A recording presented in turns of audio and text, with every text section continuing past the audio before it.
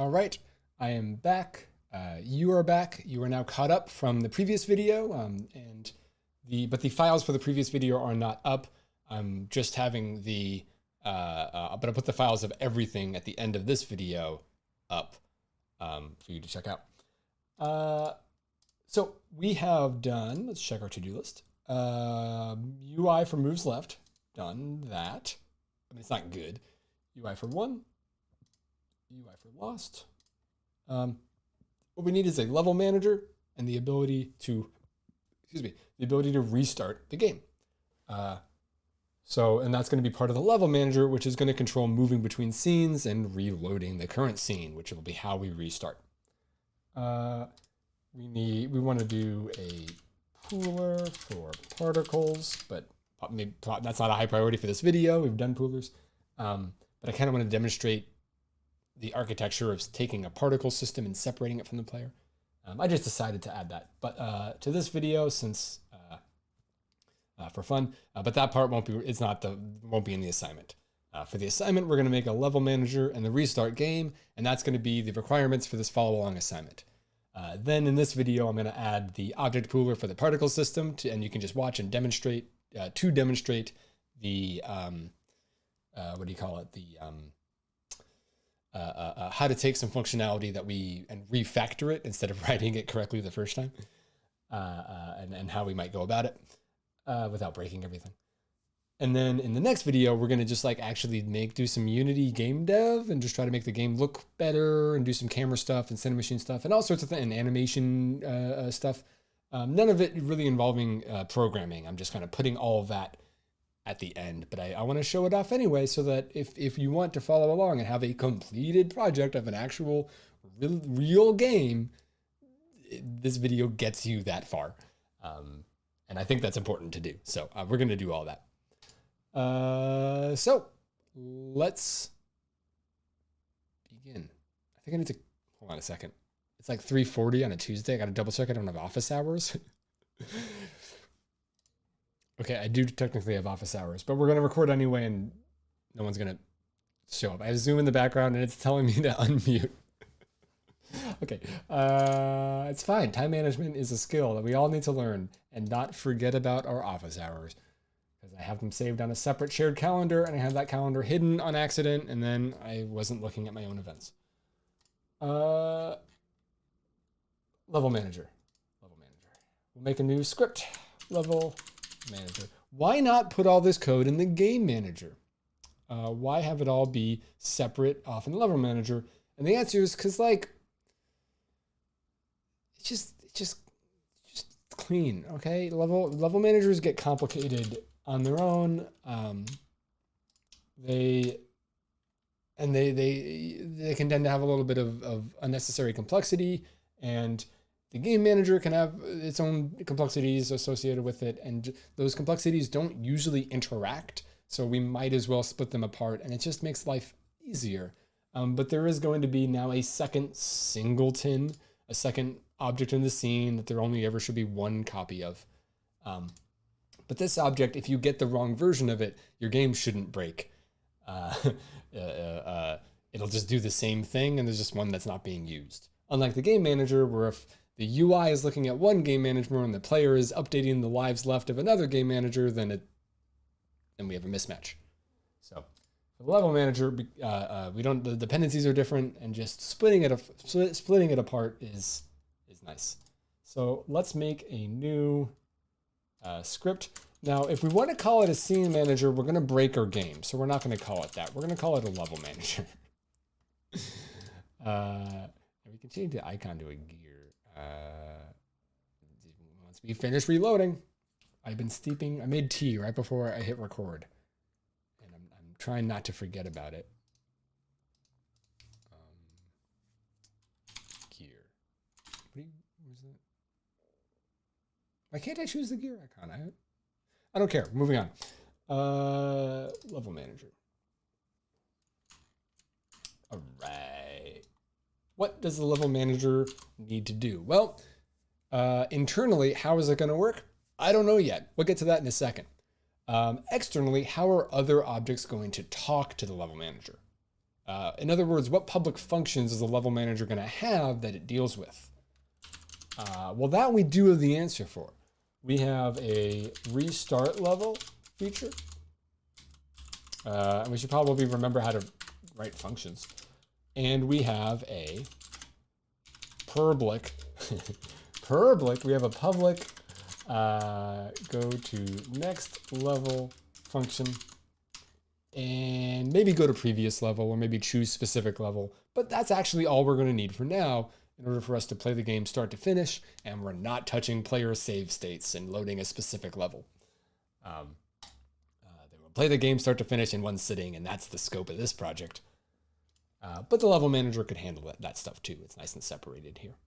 So now that we know what we have to do, let's think about how we have to implement it. Well, all of our game works entirely in one scene, which means we need to keep track of.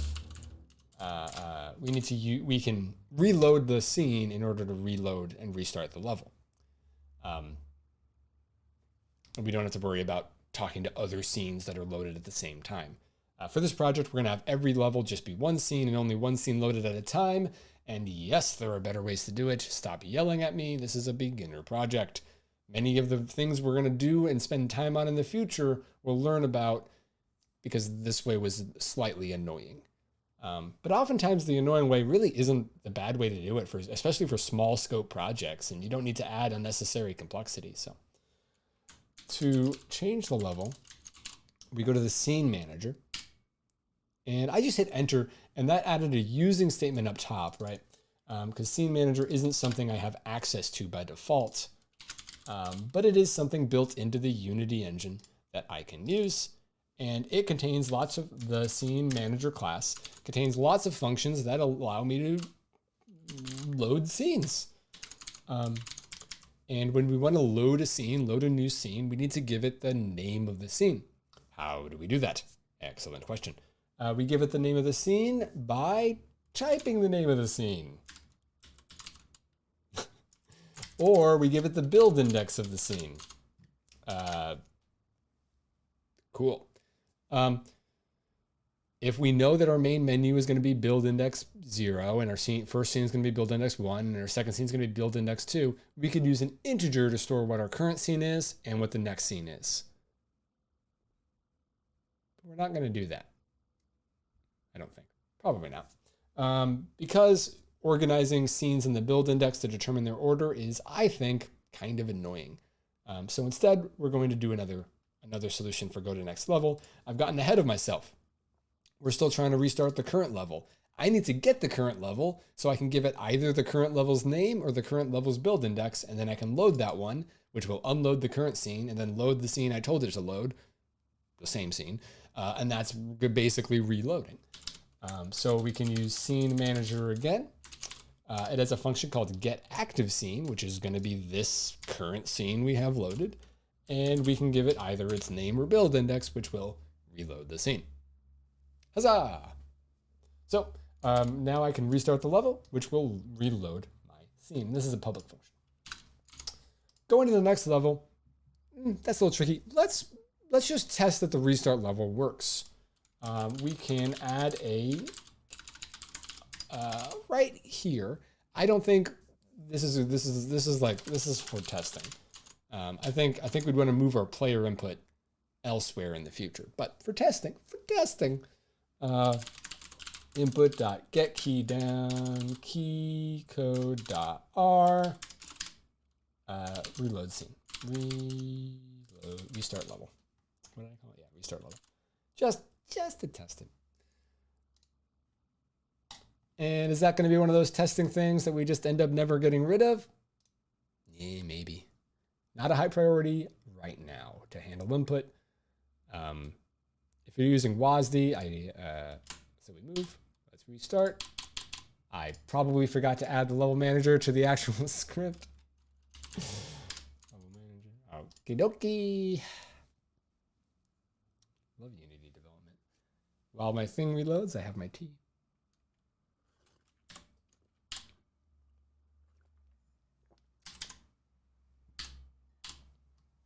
Huzzah. So our testing doesn't know anything about the current state of the game, and it's not keeping track of how often we are reloading. Very often in the game manager, you might want to call the reload scene function and have it go through the game manager, which is probably keeping track of saving and loading in game state so that the player isn't told to restart the level, or they can't restart the level during the you won the level screen. But I think for us, for now, this is going to be fine. And I don't want the level manager to go check the game state or anything. You can do that. Going to the next level, that's tricky because we need to store some data that it needs to exist in one place, and I need to be able to update it over time. Now, I want to show you the bad way to do it, and then we're going to do it the good way using a sneak preview of future techniques. Now, for most of this project, we've been using our current set of knowledge to do everything, and we haven't been doing a sneak preview of future techniques.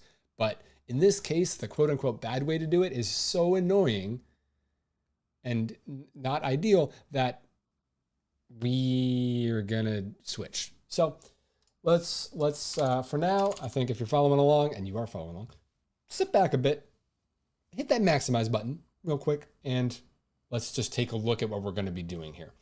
In order to go to the next level, we need to know what the current level is, and well, that's kind of it. We need to know what the current level is, and we need to know all the list of levels. So we can make an integer for current level. We can make that private and serialize field attribute. And then we'll be able to edit that in the inspector. I like the underscore for completely private variables. In the inspector, it feels like it's being exposed to an outer source so that it feels a little, it's like semi-public. It's like public to Unity, but not to code because of the way Unity handles creation and destruction. It creates it with these settings. Anyway. And then we need a private string array that we'll just call levels. And that current level is going to be, we'll call it index just to be clear, is going to be the index of our levels array. And the levels array is going to be the name of all the scenes that we're going to pump into the scene load function. So going to the next level is going to take our current level index and increase it by 1. And we know, because of for loops, we know the quick way to do that is ++. We're going to check if our current level index is now, if we're at the last level and we say go to the next level, what do we do? Where do we go?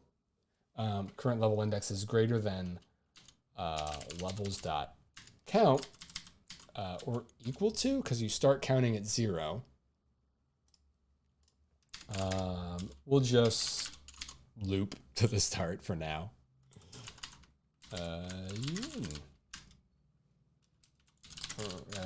Loop back to start. I mean, that's good for testing while in Unity. We want to change that in the future. And then we will take our levels at the current level index. So problem number 1, current level index does not change, or we need to set that in the inspector. So we need to go to every single level and say, you were level 0, you were level 1, you were level 2, you were level 3, you were level 4. And we can do that because it's serialized. If I wanted to add a level in between level 2 and 3, I can't like insert because I would have to go in and tell it what its value is. So instead of having that serialized, we would need to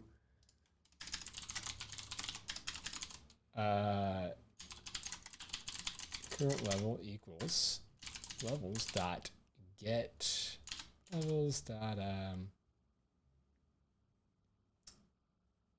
we can get the index of something. Can you do that with lists? Does it need to be a list?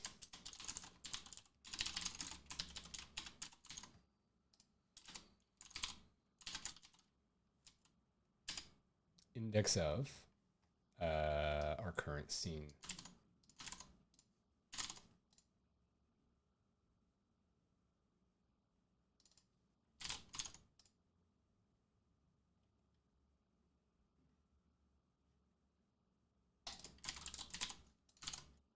Can you not do?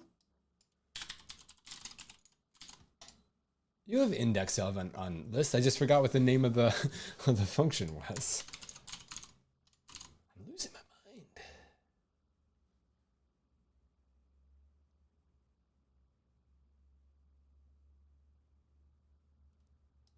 What are you asking for? Hold on, I'm losing my mind. We're not going to use this code anyway.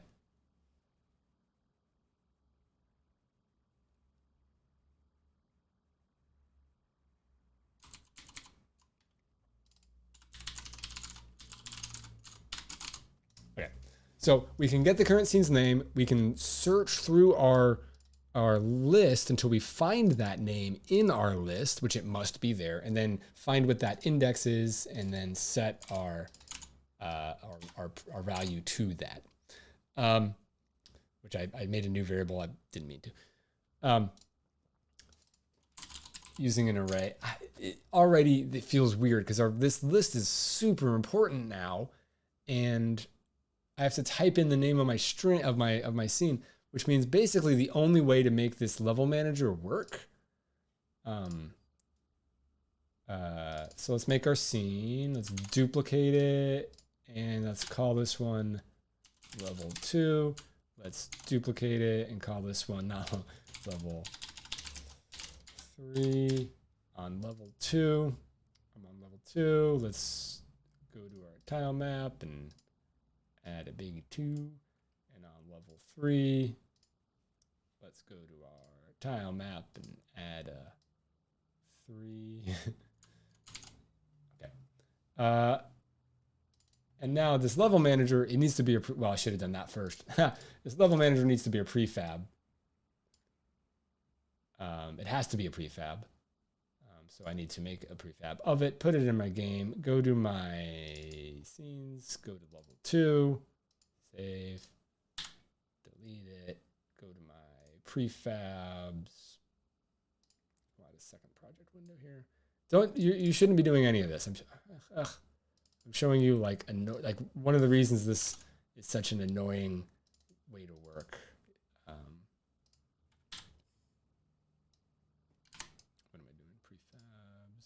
I meant to hit the lock icon here. Okay, so my sample scene, my level 2, and my level 3 all have this prefab.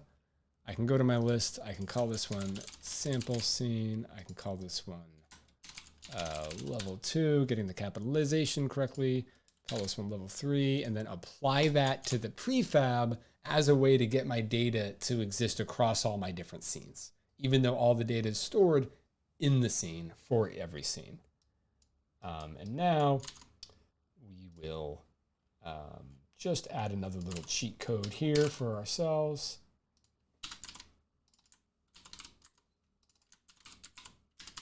Go to the next level. Again, don't follow along yet. I'm going to show you a neater way to do this that isn't so fragile. It allows us to test things. So if we're on the sample scene,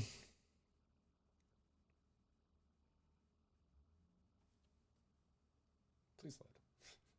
We're on the sample scene. I can press N on my keyboard, and I got an error.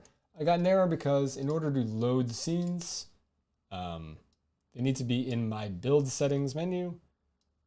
And here is where that build index, we can reorder these, and we could have used the build index. But I find that also super tedious. You have like 100 scenes in, you drag and drop them, and the list it's just annoying to edit in that box. 2, 3, restart, back to 0 because I looped. 2, 3. I mean, it works. It works. So I have to make sure my level manager has these at exactly the same name, right? If I change my naming convention so that they appear in order, and I change my naming convention to world 1 level 2, and I reload it, I got to go here and hit rename, hit Control C, tap escape, go here, go there, hit paste, right click, apply to prefab.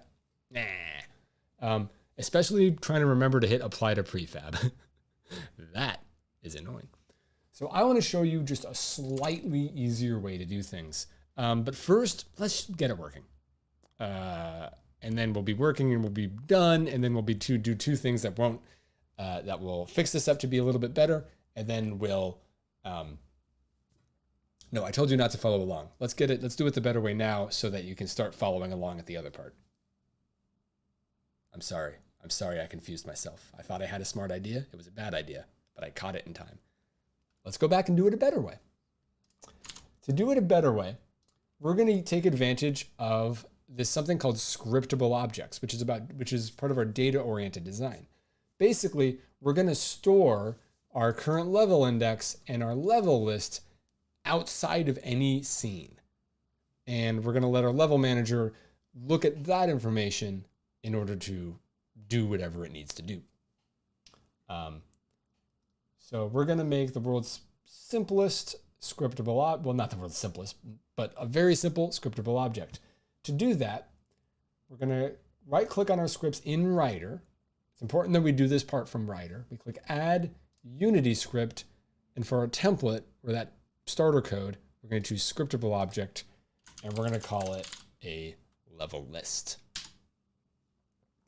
Level list has, making it from Unity, we don't just extend Scriptable Object instead of mono behavior, but it gave us this create asset menu attribute that we need to have that I always forget how to make myself. But I learned the writer can make it for me. And we'll call it level list, and menu name, we'll just call it level list, or how about my menu / level list. Very fancy. And we will take our, before I break my code and it doesn't compile and Unity doesn't update, let me show you what that looks like in Unity. I'm going to make a new folder. I'm going to call it game data. And then in that folder, let me close one of these project windows. In that folder, I can right click and make in the assets window. I can right click and create. I have a new menu, and I have a thing called a level list. I made this asset. I made an actual file on my hard drive called it's a .asset file. What does it look like? It looks like a mono behavior that's got a bunch of settings that get saved. I can use that to my advantage. So, scriptable objects are ways we can make little chunks of the data as assets that we can use everywhere else. Unity uses these things for stuff like, where are you? Physics materials, right? Which is just this data that other objects reference, but it's its own asset with its own icon, right? We can make our own asset. We can go in and if we go to the script file, we can even change the default icon, I think. Maybe there's another way to do that. I don't remember. Doesn't matter. We're not going to bother. So what do we need? We need a public integer for current level. I'll just do that big old capital C. And we need a level manager. We need a scenes list. So on our level list, current level, and we're going to make that public as well. It gave me an error. The error it gave me was missing reference. It's because writer's generation didn't include the namespaces that are commonly used. So if I hit Alt-Enter, it's going to do that fix, and it's going to bring in using system.collections, which lets me use list. Okay, so now I have a level list that keeps track of my current level and keeps track of all of my levels. And then in my level manager, I can make a serialized private level list. And that's in a default namespace. I don't want to worry about namespaces for this video. So we'll delete the namespace from it. Level list. And now we can do that part too, but if we felt like it, but we won't. Level list dot current level increases by 1. Level list dot current level is greater than level list dot levels dot count. Level. I should have named these variables the same. Lot current level equals 0. Level list dot levels. Level list dot current level. So we can use the scriptable object as data. What's wild is we can actually put these functions in the scriptable object.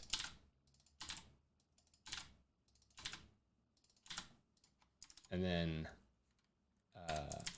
I need scene manager dot load scene, and I need Unity engine. We can import scene management into this file, and then actually put this function here where it'll worry about itself and use the scene manager to load the level. And then I can do the same thing for restart level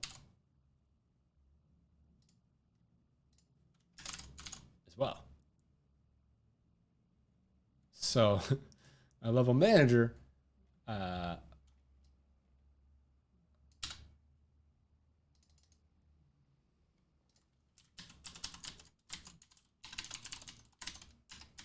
now we'll call the go to next level and restart level on the level list object asset. That is not actually a thing in our scene.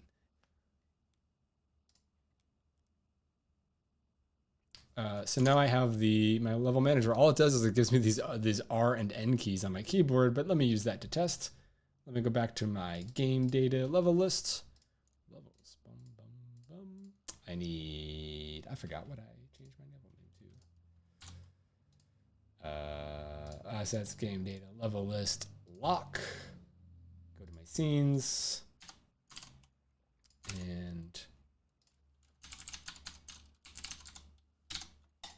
And now I can build it out here, and I don't need to apply it to the prefab or remember it exists or anything. Now I can hit play. And I should be able to tap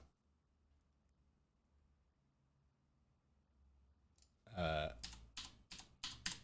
and N. I get an error because in my level manager, let me unlock that. In my level manager, I actually never told it what list to use. So I need to drag that into the slot.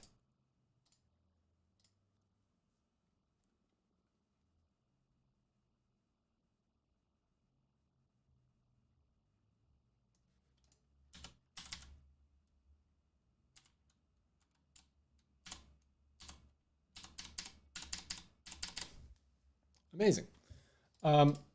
So what does the level manager script do? Doesn't do much of anything. In fact, we're not going to need this script anymore. We can take this code, the update loop code, and we can move that into the game manager. Whoops, I just undid something. I hope I didn't break it. Okay. Oh no, I definitely I'm in the wrong file. I want to be in level manager. I want to undo. I want to grab the entire update loop. I want to copy. I want to go to the game manager and I want to paste. It doesn't have a level list object. So I'll go back to the level manager. I'll grab that, cut, go to my game manager, paste, and then I will simply, it's probably giving me an error. Hello?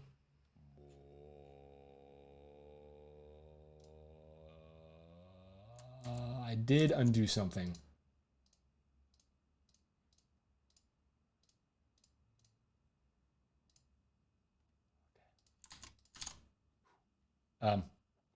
My level list scriptable object has a function for go to next level and restart level. It's public. Scriptable objects are like mono behaviors if they were assets. They get loaded into the game's memory as objects that just kind of exist and are always there. They're great. So my level manager can now be deleted. So let's go back to Unity and delete our files from Unity once it reloads.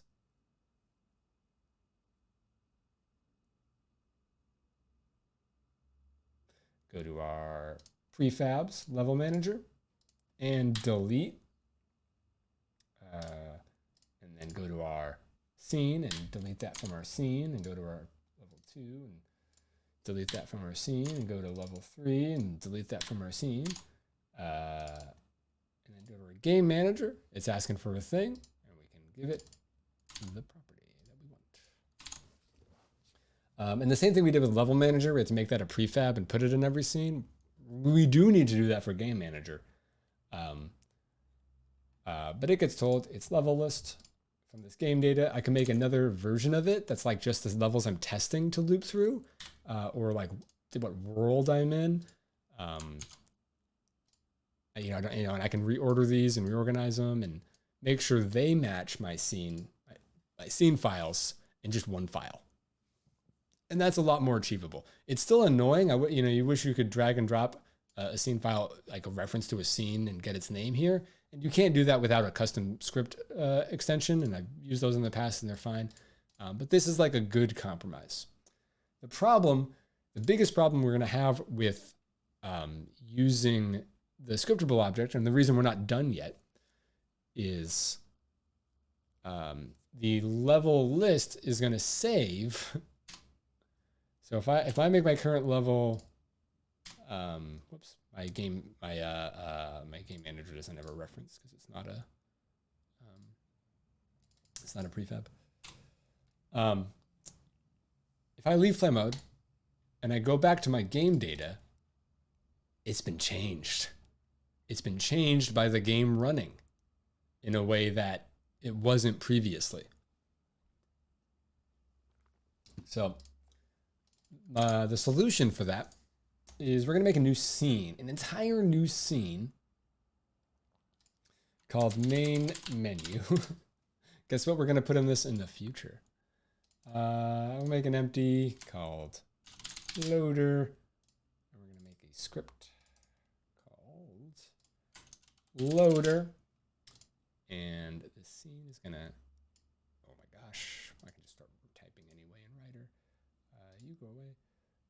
I never deleted that file. Well, level manager, delete. But now it's going to reload again. Okay. I need my loader. All right. Serialized field, private level list. Would start. Level list. Watch this. We're gonna do is we're gonna level list dot current level equals 0. Level list dot restart level. That won't work because restart uses the current reference. What if we set it to -1 and then go to the next level? That would work, but it feels dumb. How about level dot start new game, and we let the level list handle the logic of current level equals 0, and then loading.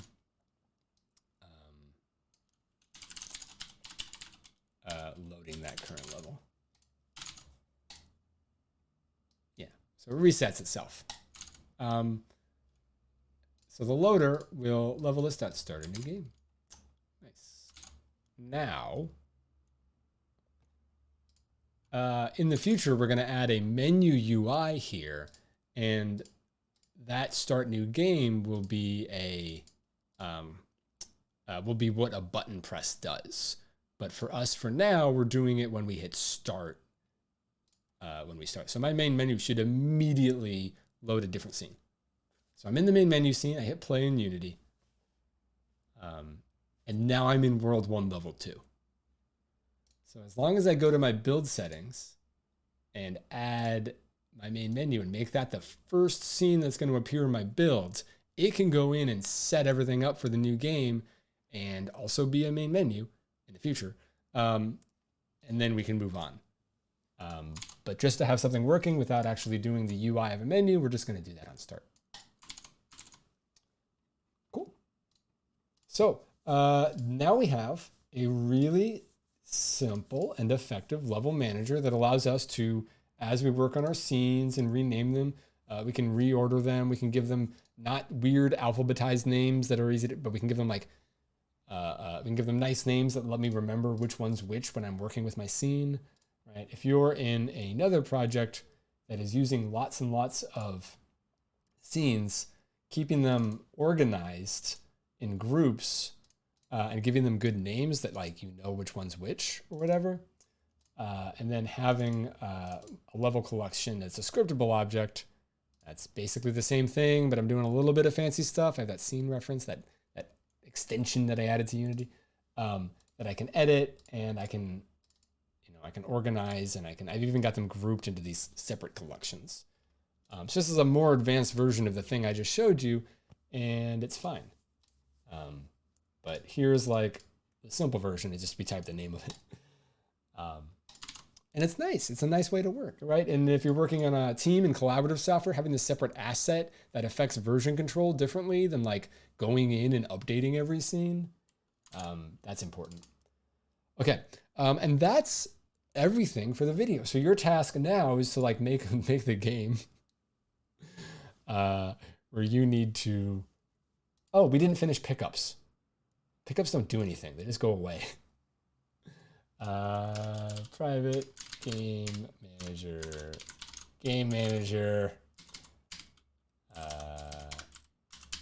void awake, game manager equals, find object of type game manager,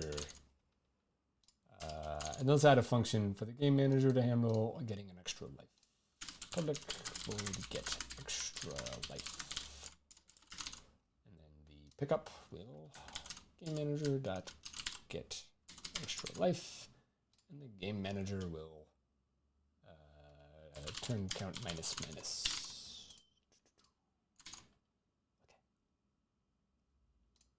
Okay.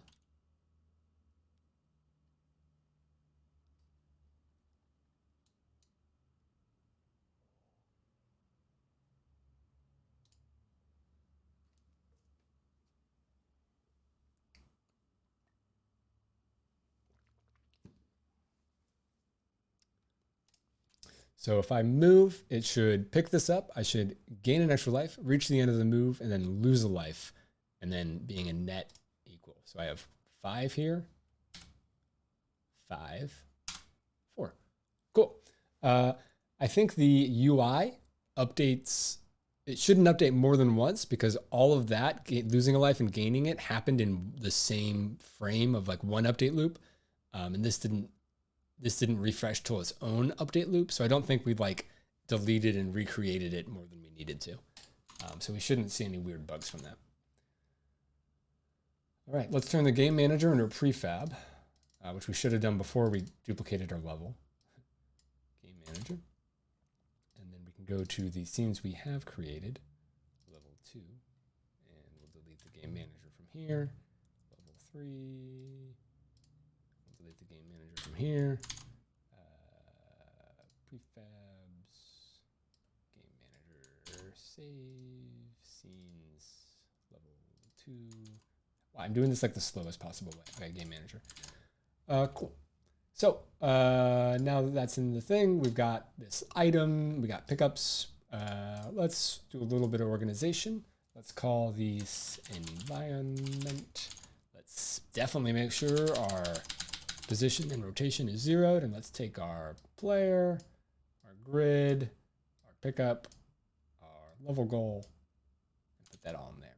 And then we got the main camera and the canvas, the event system, which is part of the canvas, the game manager, all of that. And then our game level. And we're done. And that is it for the level manager. So little preview of how we can use scriptable objects to not just encapsulate data that we have separate from any scene or separate from any object, but also encapsulate the logic that operates on that data and contain it exactly where we need it. We don't have two things that are like super interdependent. It's just like all in one place. And that's like the beauty of scriptable objects. So I know that this video was a little bit slower just for me to show you like the hard way around to get here. And we could have just like typed this out. But I wanted to show you the hard way around because that's kind of the point of this assignment is some of the stuff here is not ideal. In the level manager thing, it's like it was not ideal enough that we wanted to fix it. And in the other situations, like everything doing a game object.find on the game manager, which we could improve, or the UI stuff doing an update and just checking things constantly, which we can definitely improve with an event system. That stuff it's not that bad. While the level manager would have actually, if you took that forward into future projects before we got to learning better, it would have been a pain in the butt. So I wanted to jump ahead of that for this project. Yay. Okay, well the game's not fun because I haven't made it fun yet. So we're gonna do one last thing in the last 20 minutes that I'm gonna make this video for that is not as optional and not part of the assignment. But I want to take the player movement and player particle system things, and I want to separate those into two different scripts. So we're going to make a new script, call it player effects, player visual effects, player VFX, player particles. I'm going to call it player effects. That's the right effect. Okay.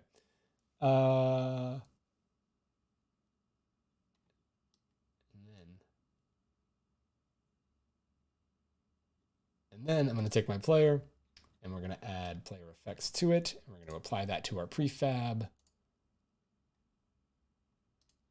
And we'll take a look at the code in player movement that we want to move to player effects. We want to move our dust trail out of player effects, the player movement, and move it into the effects. And effects is going to be responsible for all particle systems. When we win, we'll have an explosion. When we crash through a crate, we'll have a box, that'll flash white or something. We could have all sorts of different things we can do. Sounds, we could do that here in sounds for a smaller, simpler project. So we're going to have one script manage the sort of non-gameplay parts of the player effects.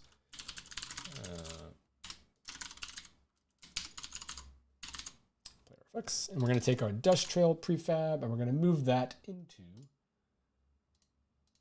our player effects. So in this case, what is my dependency? My dependency is that the player movement requires these effects to be here. It doesn't feel right. We want to flip that. Next time on event systems, we can flip the dependency to have the player movement just be like, here's a dust trail spot, here's a thing, I hit a wall, I did a blang, blah, blah, blah. And then we could have a sound manager listen to those events, and we could have a particle system listen to those events and then do their own stuff. And if we get rid of the sound manager or the particle system, player movement still works. It fires off the events, no one listens.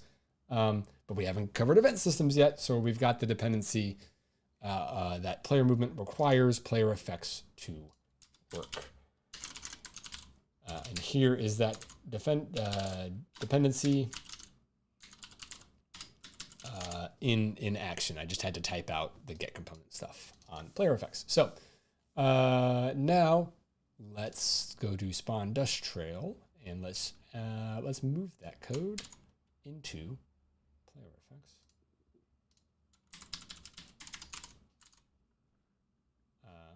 And then let's make that public. And we can just call it dust trail. And player movement will be, where's my error? My error is here. I want player effects dot dust trail. There we go. Cool. And then now I can add a sound, maybe I do a hit wall effect here. Play a sound, flash, sprite, white, one frame. We do something like that in my player movement script. When I'm done moving, else player effect. If no wall here, if there is a wall, we stop moving. Player effects dot hit wall. There we go. I guess we could also do that somewhere else, like here. Is there a bug? If I'm facing a wall and I push the right arrow key on my keyboard, do I lose a life?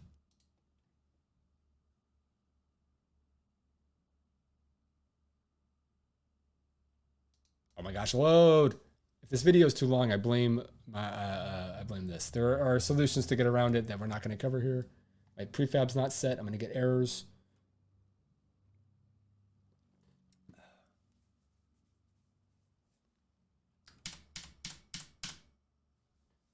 I don't want that.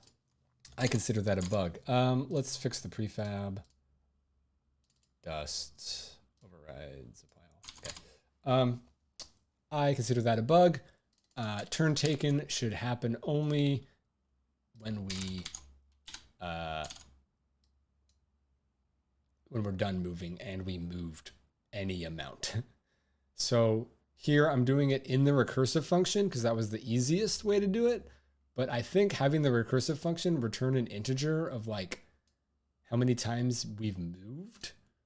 And then if that's 0, then we do stuff up in this script. That kind of feels like it makes more sense. Because the recursive function shouldn't handle so much logic. Because wait, there's still going to be a bug. I think I don't think I fixed the bug. I just moved it. I just moved the bug. I identified it, which is like usually 90% of the. Going insane. Usually 90% of the problem is just identifying the bug. But yeah, I didn't fix it. I didn't fix it.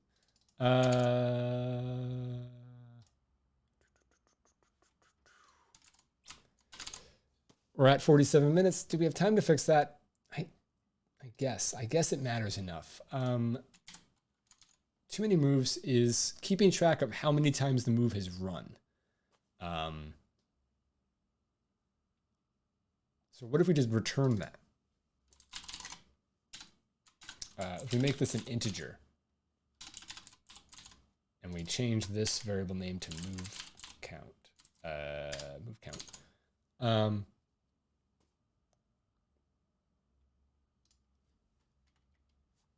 if move count's greater than 0, we throw an error and we return the move count.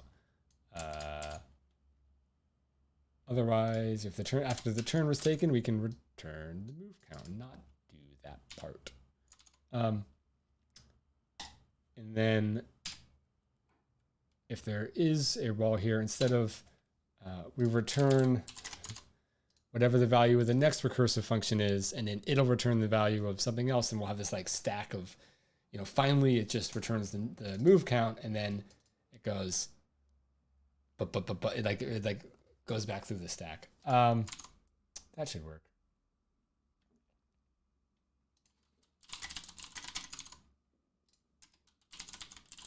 If that number is greater than 0, then we do this, right? Because I took that code out of here. Yeah. Okay.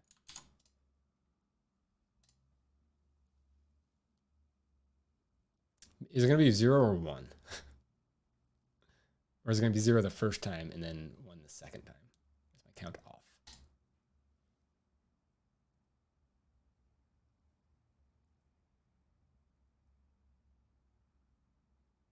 Why is this taking so long? Okay.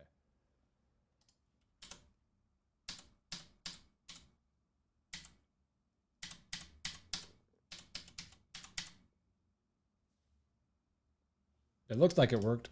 What happens if I only move once? Is my count wrong? Was that checking equal to 0 or less than 0? Welcome to programming.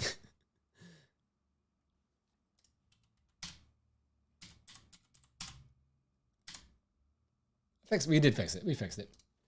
We needed to get some data out, and we were already keeping track of our move count by passing that through for our break conditions, so we were able to use that. by returning the value to get it out of the function. And we needed to make sure we moved a non-zero number of times.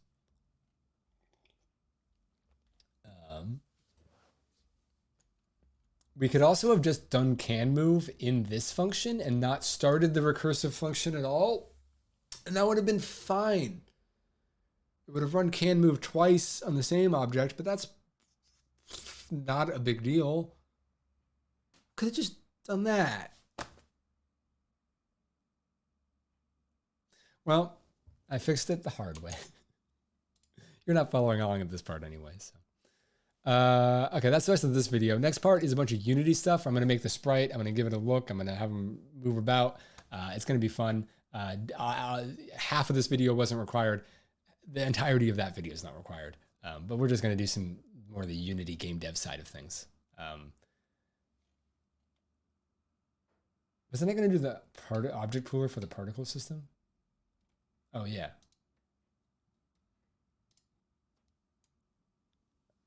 I'm at 51 minutes. I can get a particle system in 9 minutes. I can get an object pooler in 9 minutes.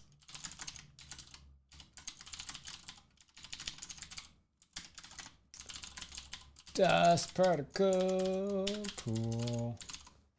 I'm in the wrong script. Maybe I can't. Maybe am I like awake?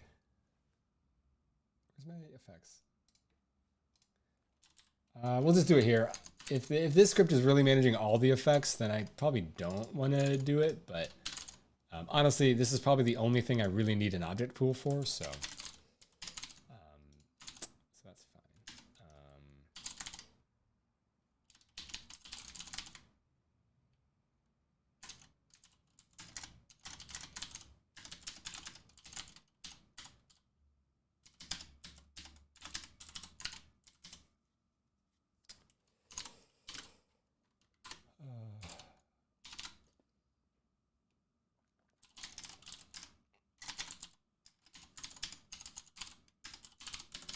Will particles play automatically on enable?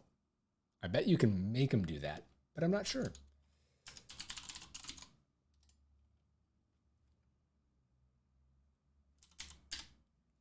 Return will stop our loop from happening. We did a project pooler last week, so like this should be fine. Game object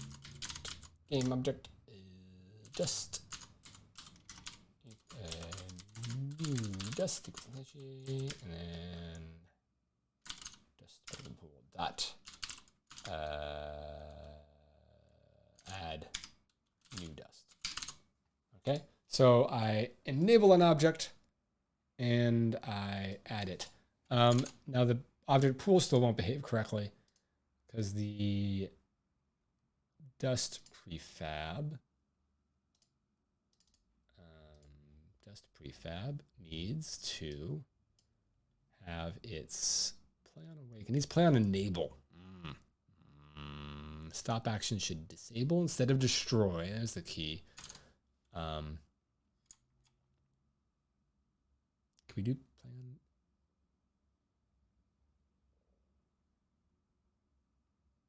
Okay, we might need to do a get component call.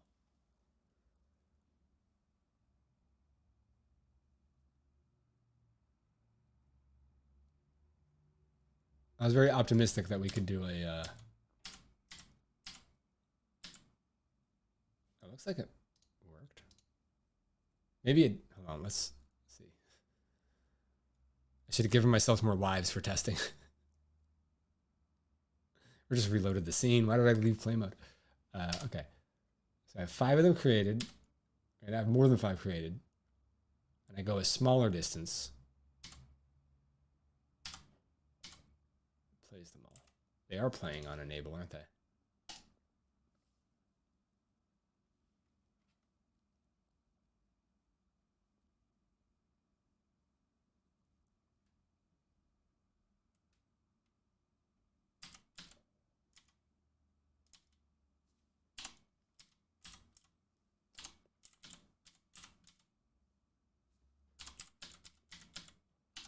Yeah, I mean, it looks like it's working, right? I play on enable. Do particle systems play on enable by default?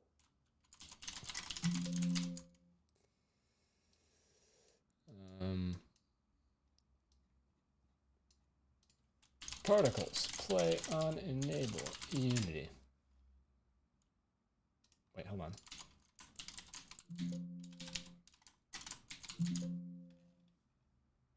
Switch to scripting.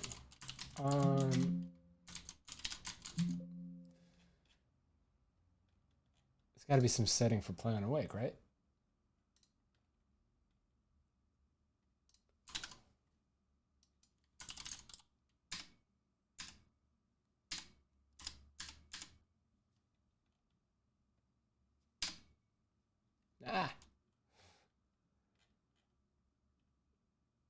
Okay, it's working. I shouldn't be so.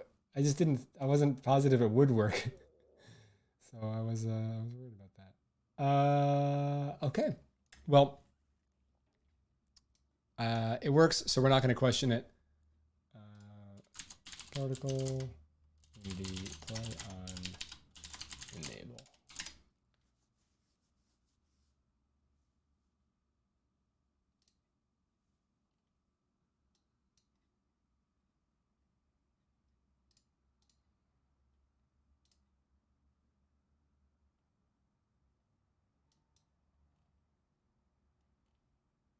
Where's this post from? 2017?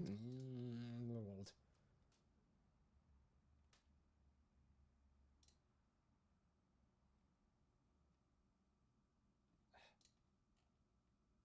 All right, well, I'm not going to research on video anymore. I was hoping the answer would be right there, but it's not. So I already concluded. I'm leaving now. Goodbye.